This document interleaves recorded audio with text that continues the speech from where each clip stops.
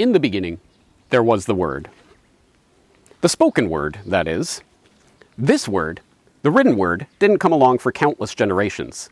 And this word, the printed word, didn't come along for thousands of years after that. In fact, we've only had the movable type printing press for about 600 years. But without it, our world would be unrecognizable. From the Renaissance to the Reformation, from the fall of feudalism to the rise of capitalism, from the scientific revolution to the industrial revolution, from the way we order our thoughts to what we choose to think about, nothing survived the printing revolution intact. Our world is the world that the printing press has created. And that world started with this.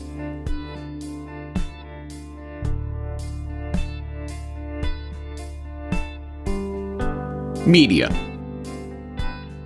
It surrounds us. We live our lives in it and through it. We structure our lives around it. But it wasn't always this way. So how did we get here? And where is the media technology that increasingly governs our lives taking us? This is the story of the Media Matrix.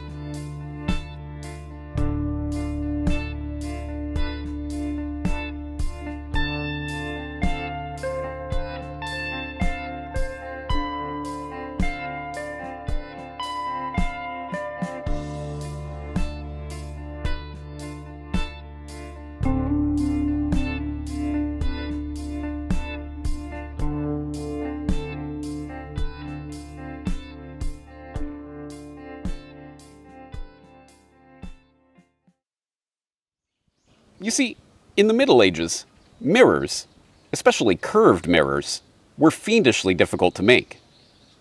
And pilgrim badges, elaborately designed lead or pewter plates with a curved mirror in the middle, were even more difficult to make. But in 15th century Germany, they were in hot demand. It all goes back to the year 800, when Emperor Charlemagne gifted 4 holy relics from Jerusalem to the cathedral in Aachen in modern-day Germany. The swaddling clothes and loincloth of Jesus, Mary's robe, and the cloth that held John the Baptist's decapitated head. The relics were thought to have miraculous restorative powers, and so, after the Black Death of 1349, they were removed from the cathedral's golden shrine and put on display for the public once every 7 years, attracting tens of thousands of pilgrims from across Christendom. Soon, the belief developed that a curved mirror could be held up to the relics to capture their miraculous power and bring them back to the pilgrim's home in whatever far-flung land they hailed from.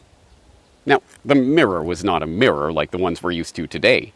It was a pilgrim badge, and it was one of the few mass-manufactured items of the Middle Ages. They were lucrative products to make. So lucrative, in fact, that the goldsmiths and stamp cutters of Aachen couldn't keep up with the demand. Enter Johannes Gutenberg. Born around the turn of the 15th century to a wealthy family in Mainz in modern-day Germany, Gutenberg, whose father was a companion of the ecclesiastical mint, had a background in goldsmithing, coin-making, and metalwork. Arriving in Strasbourg in 1434, he thought to put his skills to work on a profitable venture, creating badges for the next Aachen pilgrimage in 1439. There was only one problem. He didn't have the capital to make the badges himself. So he entered into a cooperative with 3 business partners, each of whom ponied up a portion of the money required for Gutenberg to start producing the mirrors. But just as the pilgrimage approached, and it looked like the inventor was going to make a tidy profit for himself and his business partners, the Black Death struck again. An outbreak of the plague ravaged the Upper Rhine Valley in 1438, postponing the pilgrimage by a year. Gutenberg had already produced a number of the mirrors, but his capital was running out, and so he set his sights on a new venture. One so audacious, so revolutionary, that he made his partners sign a contract swearing them to secrecy before he would let them in on it. In fact, so secret was this project that the only reason we know anything at all about it is because one of the business partners died, and his brother tried to take his place in the cooperative. But after the surviving partners refused to let him in on the plot, the would-be co-conspirator sued Gutenberg in Strasbourg court. The court documents that survive are themselves cryptic, referring to the adventure and art of the work that Gutenberg and his partners were engaged in, but never specifying what that work was exactly. We know it involved presses fastened with screws and engraved forms supplied by a local goldsmith, that some quantity of metal had been purchased for the venture, that the work was expected to take 5 years, and, above all, that the object of this undertaking be kept a secret. Gutenberg and his partners had quite literally entered into a conspiracy. And that conspiracy resulted in this. Now, this may not look like much to you, and you'd be right. This is a pencil sharpener. But the Gutenberg movable type printing press that it's modeled after? Now that truly was a work of art. In fact, there's a solid argument to be made that it was one of the most important inventions in human history. There were many existing ideas and technologies that went into Gutenberg's creation. The screw press, the manufacture of paper, the idea of woodblock printing, the development of ink. But it took years of careful experimentation to solve the puzzle of how to create a perfect print every time. At first glance, it seems straightforward. The type is arranged in a rectangular container and then beaten with ink balls.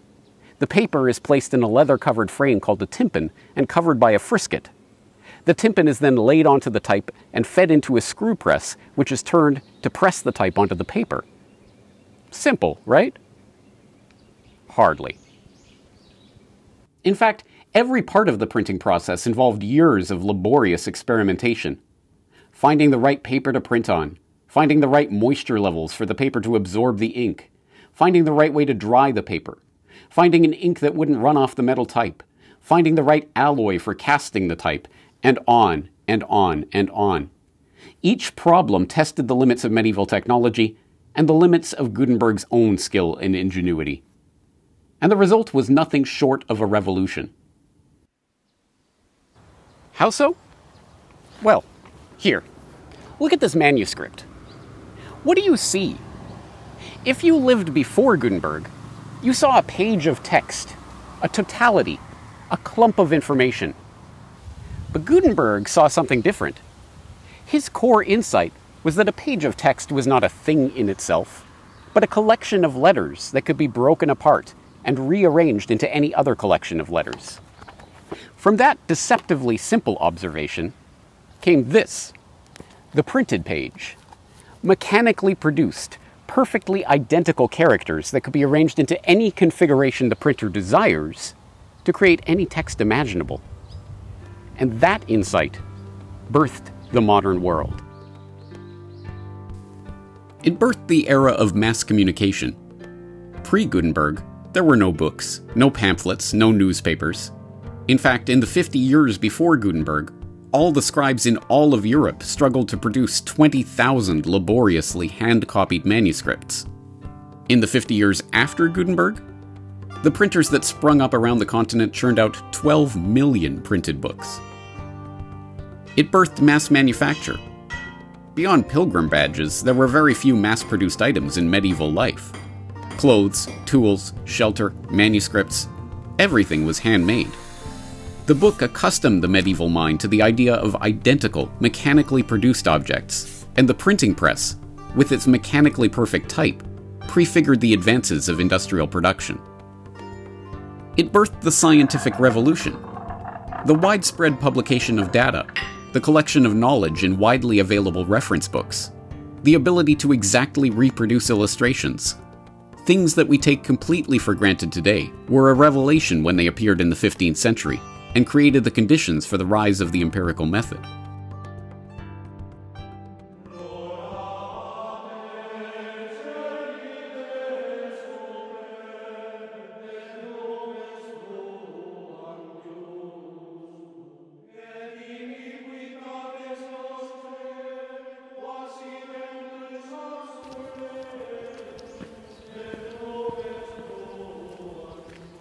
It birthed the Reformation. We all know that it was Martin Luther and his 95 Theses nailed to the church door that launched the Reformation, but it was the printing press that allowed Luther's ideas to travel so far, so fast. And, bonus fact, those 95 Theses were addressed to the Archbishop of Mainz, birthplace of Gutenberg's press.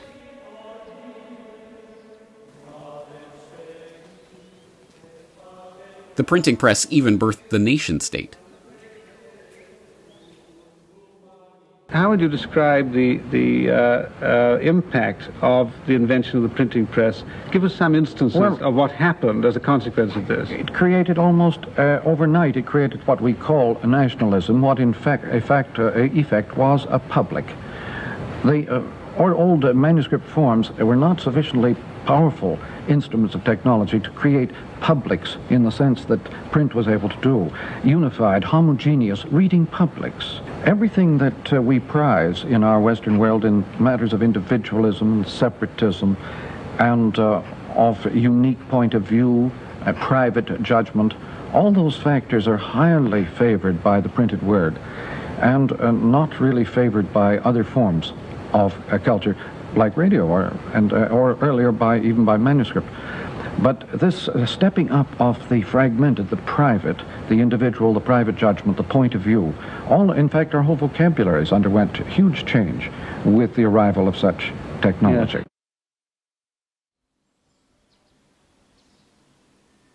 The world that Gutenberg was born into was this world, the real world.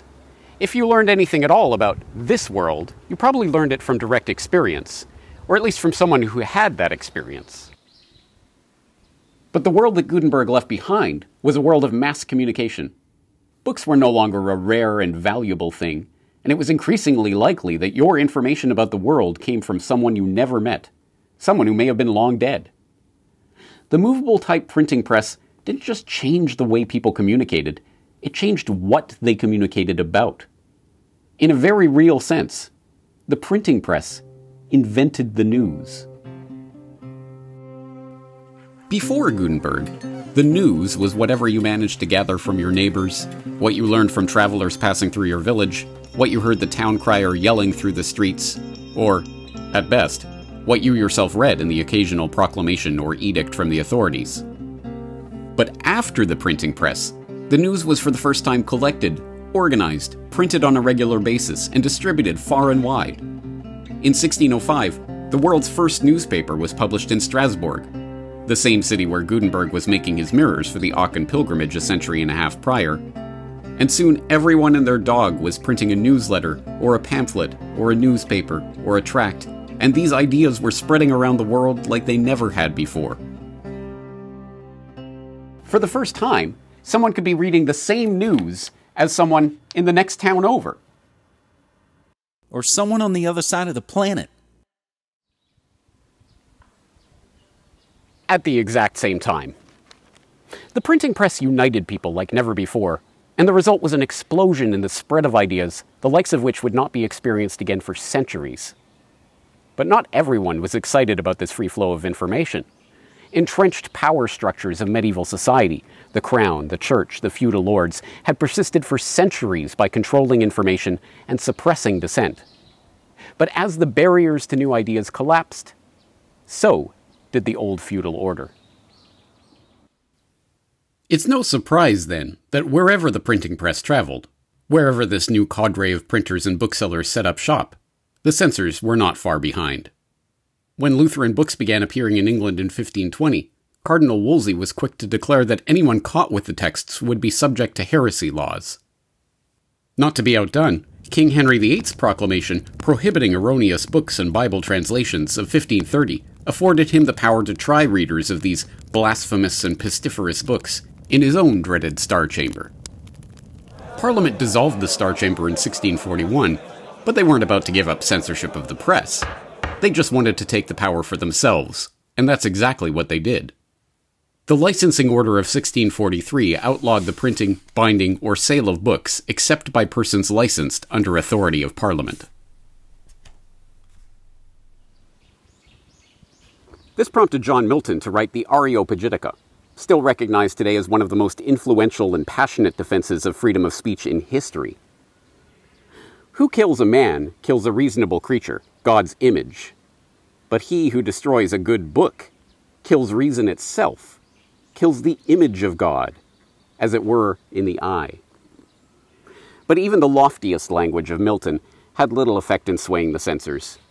The licensing order was not overturned for half a century when the Parliament decided not to renew the Act. Those in positions of power had good reason to fear the printing press. Gutenberg's invention turned their world on its head. Suddenly, people who had been kept apart and largely in ignorance of the world around them had been brought into a community of readers.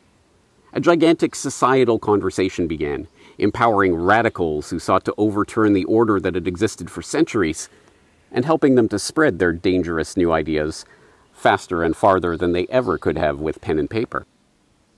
Perhaps it's no surprise, then, that these new ideas would come to their dramatic fruition in one of the most literate places on the planet, colonial America.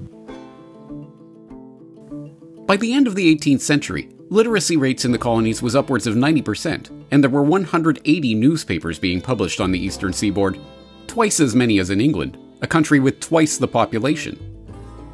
The colonists' appetite for books and learning was celebrated far and wide. In 1772, the Reverend Jacob Duché wrote of the colonies, "Almost every man is a reader. The poorest laborer upon the shores of the Delaware thinks himself entitled to deliver his sentiment in matters of religion or politics with as much freedom as the gentleman or scholar. Such is the prevailing taste for books of every kind." Just 4 years later, in 1776, Thomas Paine would publish Common Sense, a 47-page pamphlet that was to take those colonies by storm. In the first 3 months of its publication, a staggering 120,000 copies of the book had been sold. By the end of the year, it had sold 500,000 copies, or one pamphlet for every 5 men, women, and children in the colonies. To put that in perspective, adjusted for population, Common Sense would be the 13th best-selling book of all time. But this wasn't any ordinary bestseller. This was a revolution. At the beginning of 1776, before Common Sense, the average colonist believed themselves to be Englishmen engaged in a civil war. After Common Sense, they were revolutionaries engaged in a war for independence. And that war was waged on the power of the printed word. That is the power of print. The pen may be mightier than the sword, but the printing press is mightier than entire armies. By the end of the 19th century, a new creature had emerged to capitalize on this new instrument of power: the press baron. In America, William Randolph Hearst, William Randolph Hearst, inherited the San Francisco Examiner from his wealthy father, built it up into the biggest paper in town, and plowed the profits into the purchase of the New York Journal. With the Journal and a growing number of dailies across the country under his belt, Hearst became a full-fledged press baron, taking on Joseph Pulitzer's New York World in a circulation war, pioneering the eye-catching layouts and sensational stories that would come to define his brand of yellow journalism, and helping to gin up support for the Spanish-American War, among many other dubious causes. In England, Alfred Harmsworth picked up the yellow journalism idea from Hearst and Pulitzer and used it to build his own press empire around the Daily Mail. From a lower caste of British society, Harmsworth found himself in the center of political power in Britain, using his influence to gin up public hatred of the Huns ahead of World War I, becoming director of propaganda for the government in 1918, and earning himself the title of Lord Northcliffe in the process. In a sense, the Lord Northcliffes and the William Randolph Hearsts and the other press barons of that era were the end stage of the Gutenberg Revolution. The invention that had given a voice to the masses and started a conversation that would topple institutions, dethrone monarchs, and reorder empires had now catapulted people at the fringes of power into its very heart. With the power of the press, these men were able to sway the minds of entire nations of people. Naturally, the old tension between the ruling elite and the masses empowered by the press was still there. But censorship hadn't proven to be an effective tool for keeping the masses in ignorance. There had to be another way. That way, it turned out, was another conspiracy. On February 9th, 1917, Oscar Callaway, a U.S. representative from Texas' 12th District, exposed that conspiracy in the Congressional Record. In March 1915, the J.P. Morgan interests, the steel, shipbuilding, and powder interests, and their subsidiary organizations, got together 12 men high up in the newspaper world and employed them to select the most influential newspapers in the United States and sufficient number of them to control generally the policy of the daily press of the United States. They found it was only necessary to purchase the control of 25 of the greatest papers. The 25 papers were agreed upon. Emissaries were sent to purchase the policy, national and international, of these papers. An agreement was reached. The policy of the papers was bought, to be paid for by the month. An editor was furnished for each paper to properly supervise and edit information regarding the questions of preparedness, militarism, financial policies, and other things of national and international nature considered vital to the interests of the purchasers. The news was extraordinary, but it almost didn't get reported at all. Callaway had not been given time to make his charges on the floor of the House. Instead, they were buried in the record. It wasn't until another congressman demanded a full congressional investigation into the charges that the newspapers even bothered to cover the story at all. Perhaps it's no surprise that the Gutenberg conspiracy ended up here, at the Morgan conspiracy. That a revolutionary step towards freeing man from the bonds of ignorance was met with a revolutionary counteraction designed to place those chains around him all the more tightly. That at the zenith of the print revolution, the oligarchy finally found a way to control the free flow of information. Ironic, then, that within the space of a few short years, the print revolution that Gutenberg had started was about to be overturned by another technology.